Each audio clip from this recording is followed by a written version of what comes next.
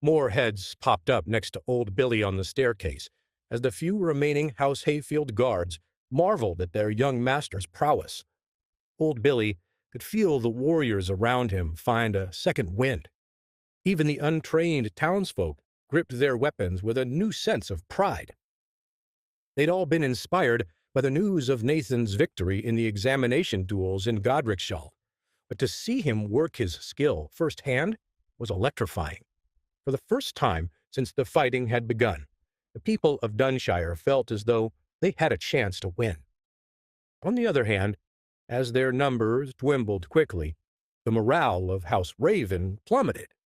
All the warriors still living had seen what Nathan had done to their comrades firsthand during the examination duels, and now they were reliving those horrors again firsthand.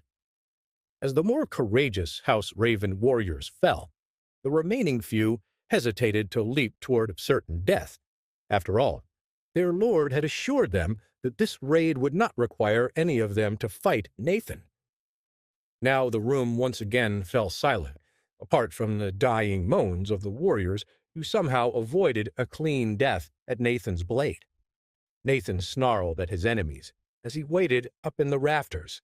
His face, his thin leather armor, and both of his blades were soaked in blood, making him almost unrecognizable and inhuman.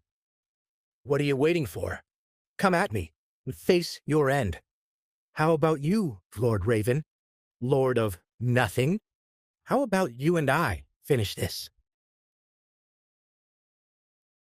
Nathan leaped down from the rafters and stood before Remus Raven and Elder Colm.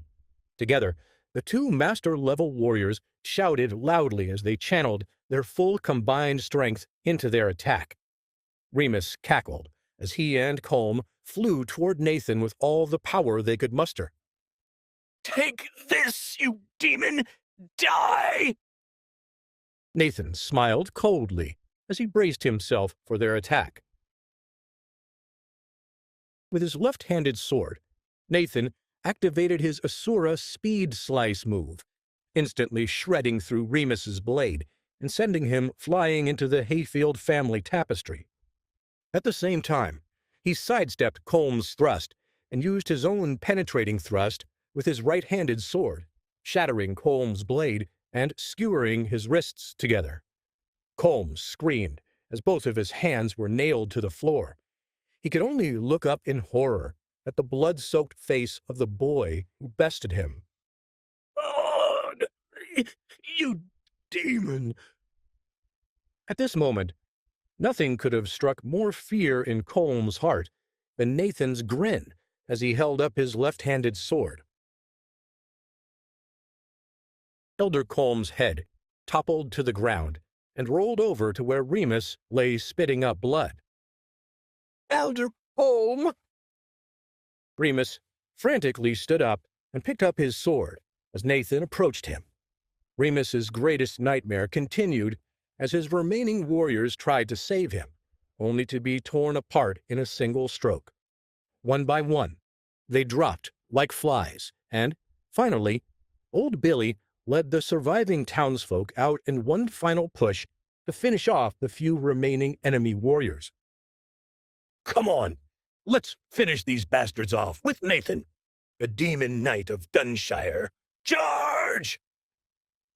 In a matter of moments, the final warriors of House Raven were overrun and swiftly killed by the vengeful swarm of townsfolk, leaving Nathan alone to deal with Remus. Nathan smiled as Remus gulped and backed up against the wall. "Back away, demon! This can't be happening! This demon can't be real!" "Call me a demon all you wish, but I did not start this ugly business. Your dark heart made me what I am before you. This is your doing, and yours alone." As Nathan wiped his enemy's blood from his eyes, he couldn't help but smile as Remus cowered down before him. Nathan didn't like to kill, but a part of him knew that it was a necessary thing in such a lawless world. At the same time, he also knew that battle was the fastest way to advance his spiritual fighting level, and he could feel the power of Asura flowing through his veins. There was no better way to advance than to slay powerful enemies and use them as stepping stones on one's path to glory. As long as Nathan fought only those who wronged or sought to harm his family, he had no issue with that. Nathan knew that once this night was over, he'd finally break through into the 7th tier of the master level. It had been months since his power level had advanced, and eventually he felt himself grow stronger once again. Nathan couldn't help but grin at the thought of his progress and of what this fight would mean for his family's future. Once news spread of his victory, few would think twice about messing with the mighty High House Hayfield.